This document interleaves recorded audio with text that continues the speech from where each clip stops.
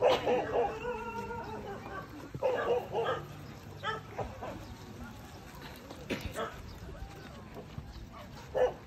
ikanapulo nga estasyon, ang gipasaylong kawatan. Nagasimba, nagadaig ug nagasimba kami kanimo o Kristo.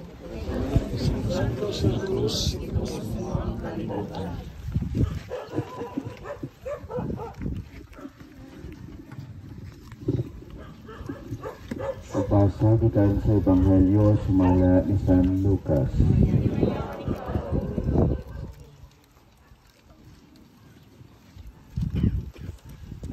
Ginsulto sab siya sa usa sa mga kriminal nga gilansang sa krus.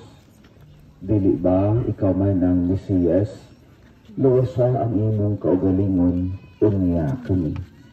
Apan gibadlong siya sa lain. Wala ka ba'y tawad sa Dios? Ikaw nga nag-antos sa maniya, angayan kita niini. Bayad kini sa atong nabuhat, apan wala siya'y nabuhat nga dautan. Midugang siya pag-ingon, Jesus, hinumdumi ko kung tuwa ka na sa imong gingharian. Mitubag sa Jesus, sa pagkatinuod, ingnan ko ikaw, mauban ka kanako sa paraeso karong adlaw. Ang Ebanghelyo sa Ginoo. Panalandong. Nganong tuhutan natong matabunan sa usa ka sayop ang napulot ka maayong buhat, mahiligon kitang musulod og mga tawo sa kahon. Ug nga mas mahinumduman pa nato ang dili maayong kagahapon ug ibutang na lang sa kalimot ang mga malipayon ug maanindot nga panghitabo sa nangaging panahon. Gikalimtan na ni Jesus ang lagumong dagway nga bahin sa atong pagkatawo. Ipasaylo na niya kita. Dili ba ang sundon ta siya? Pag-ampo, Ginoong Jesus. Ang pagkalangsang taliwala sa duha ka kawatan. Insulto alang kanimo.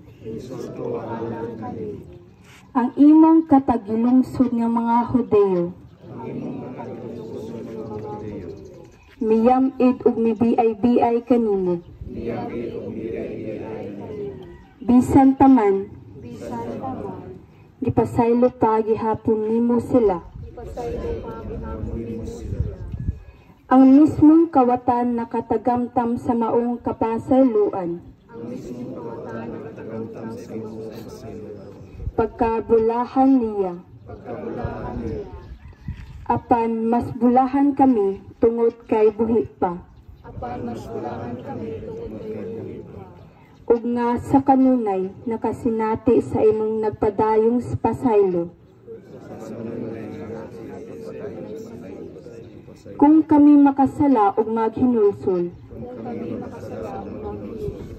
pangandoy mo nga kami mahiuban kanimo sa paraiso.